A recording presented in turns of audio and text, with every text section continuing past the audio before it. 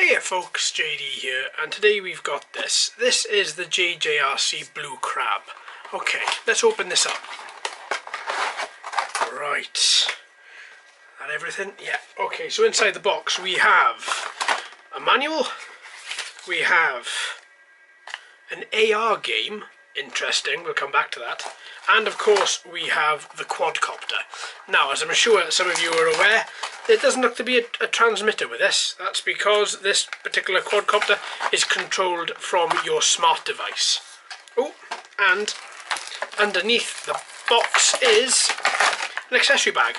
Okay, let's take that off. Right then, let's move all this to one side. Okay, so let's put the accessory bag to one side. We'll come back to that in a second. Here's the drone. Look at that. That's really quite nice. So obviously you can tell it's a folding drone. Looks a little bit like a crab, I suppose.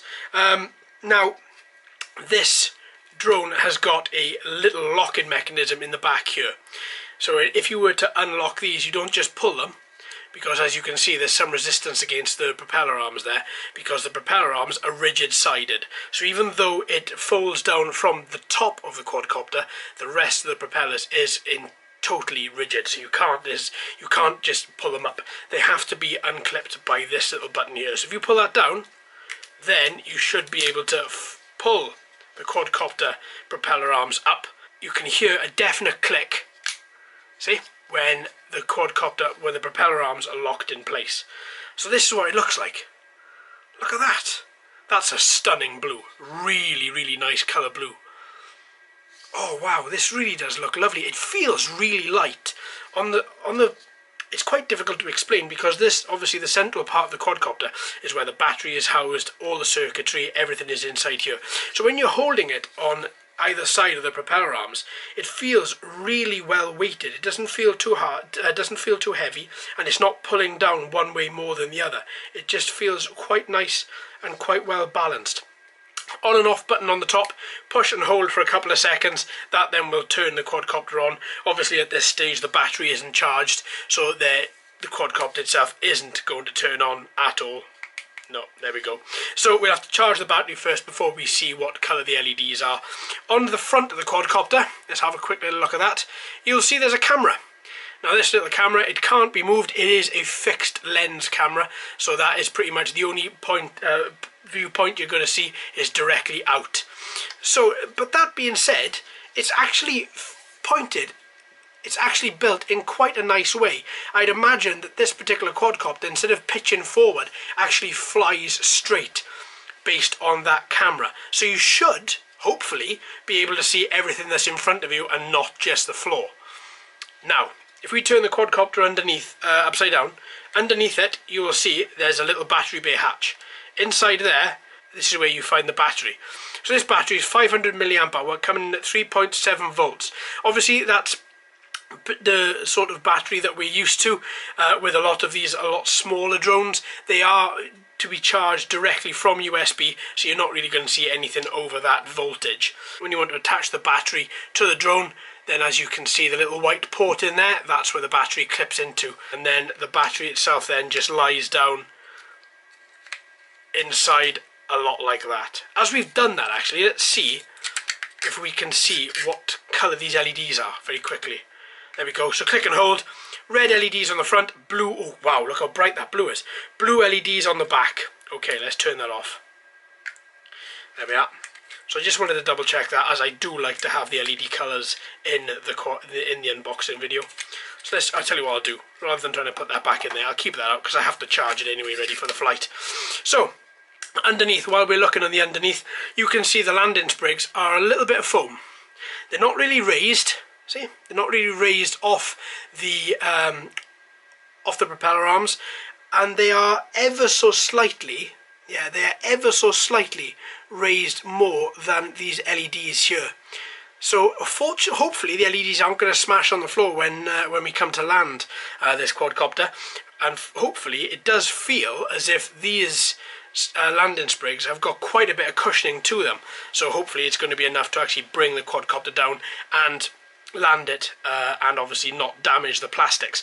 Here you can see we've just got a couple of slits in the plastic here. This is just so that the motors can breathe. It pretty much serves no other purpose other than that. So all in all, this is quite nice. I'm really looking forward to it. Now obviously, as I showed at the start of the video, I showed how to unlock, using this button here, how to unlock the quadcopter propeller arms. But what happens when you have to take them back down into a folded position? Well, you just click them like that. So there's no lock to take them from extended into a folded position, but there is a lock to lock them from the folded position into the unfolded position like this. And if you were to then push this lock again, just to test, this lock has absolutely nothing to do with the quadcopter arms being automatically extended. But then just a little click will get you back into that folded position there. That's really quite nice. I've got to remember that little button is there. Oh, there we go. Perfect. So that's the quadcopter.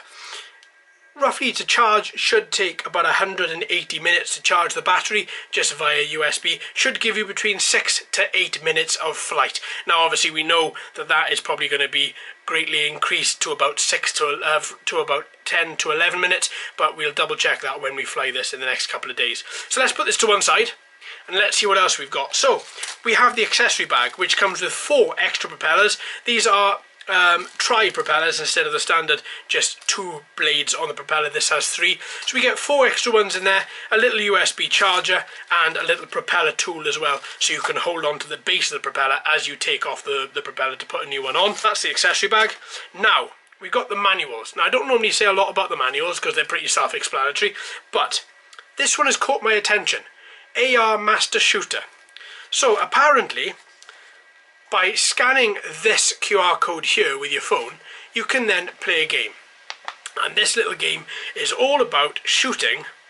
There we are, something like this. So you will have separate points to go through where you can fly your quadcopter through these points, and then it will the app that you use will automatically upload your ranking on a worldwide leaderboard.